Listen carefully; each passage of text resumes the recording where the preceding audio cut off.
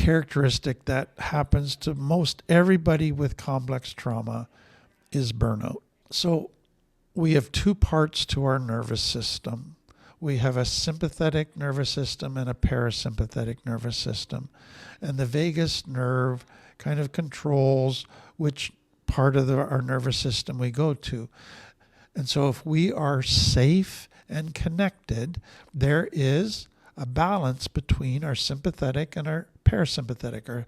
So if you see on the right side of this graph, our sympathetic, that's our performance zone. We go to work, we get up, we're active, we have energy, but then because we're safe, we're connected, then we can go home and relax. And then we go to our parasympathetic, and there's rest and healing and rejuvenation happens. And that's the healthy life, when the vagus nerve knows that we're safe and connected. But what happens if we're constantly feeling in danger? So we're being hurt, abused, or neglected. Our needs aren't being met. We constantly feel in danger. Then the vagus nerve puts us into constantly 100% in our sympathetic nervous system.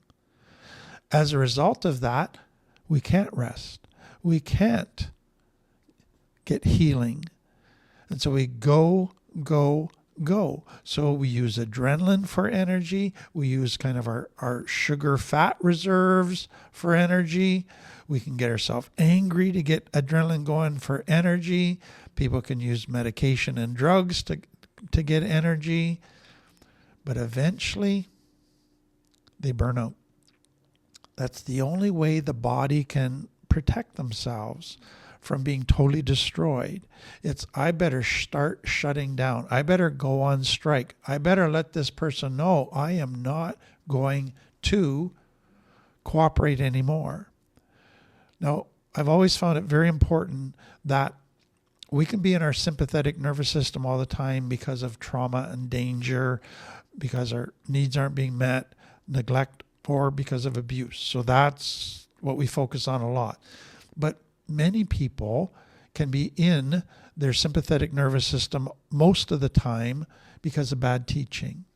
So they were raised with parents who, you got to work all the time to be productive, because they came out of poverty. They came out of that kind of Protestant work ethic. And if you relax, you're being lazy. If you relax, you're being selfish. Or they came out of teaching religious or cultural, where love means you never say no to anybody. You just give, sacrifice. So if you ever stop and take care of yourself and do self-care, you're being selfish. You're being lazy. And so that bad teaching can cause people to just constantly feel the need to be in their sympathetic nervous system, and then they burn out.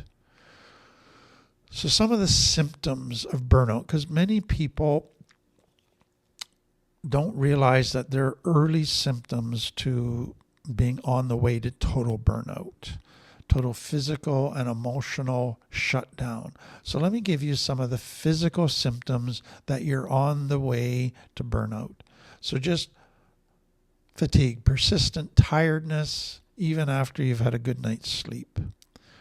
Difficulty falling asleep because you're in your sympathetic nervous system all the time. Your deep sleep only comes when you're in your parasympathetic nervous system. So you got sleep issues. Then you got headaches and muscle tension because you're constantly on guard, alert, tight. And so you get frequent headaches, muscle aches in your shoulders, neck, back, frequent illnesses. When you're in sympathetic nervous system and not in your parasympathetic, the parasympathetic is where your body heals itself. It's where your body deals with bacteria and viruses and repairs itself. But if you're constantly in your sympathetic nervous system and your parasympathetic is not allowed to work, you're going to get sick more often.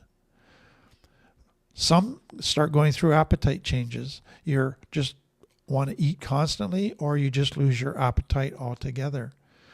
And then there's emotional signs that you're moving toward burnout. So you're just more irritable, more easily frustrated.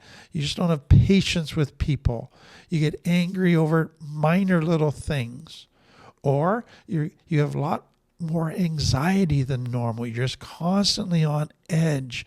Your stomach just has this anxious feeling in it. Or your mood is just a bit down. You got a low mood. You're kind of mild depression stuff. You're just a sadness, a sense of hopelessness and apathy about you. Or you just feel kind of detached, emotionally numb, not that connected to stuff. You have this kind of withdrawing from others pull going on inside of you. Or you just feel very inadequate, that I'm not good enough. I feel like a failure. Or you can just all of a sudden cry at the drop of a hat, or you just feel numb emotionally. So your emotional world is just really out of sorts. Or you can have cognitive changes. So brain fog is starting to settle in because of the increased stress and moving toward burnout. Difficulty concentrating, memory problems, you're now indecisive, or you become very negative in your thinking. You tend to catastrophize or go to worst case scenario or dwell on the negative. All of that can happen in your brain. Then there's behavioral changes when you're heading towards burnout, where you just start procrastinating. You're just too tired. You don't have the energy to do anything. Just put it off. You avoid tasks, even very simple ones. You just don't feel motivated.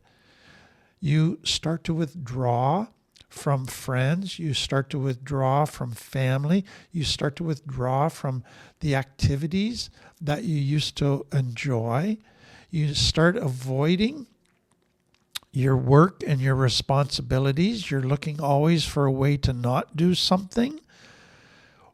Some go to, I need to work harder.